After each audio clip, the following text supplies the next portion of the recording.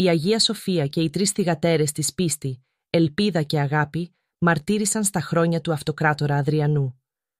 Οι τρεις κόρες πήραν τα ονόματά τους από την Καινή Διαθήκη. Τώρα μένει η πίστη, η ελπίδα, η αγάπη. Η Σοφία, χήρα με τρεις κόρες, ήρθε στη Ρώμη όπου καταγγέλθηκε ως χριστιανή. Ο Αδριανός διέταξε να τις συλλάβουν.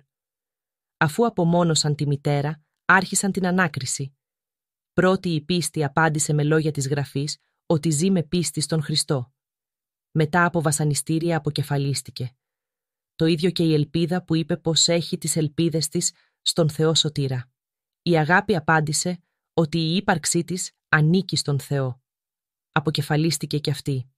Η Σοφία ενταφίασε τις κόρες της και παρακάλεσε τον Θεό να την πάρει κοντά τους. Ο Θεός άκουσε την προσευχή της και πέθανε δίπλα στους τάφους των παιδιών της.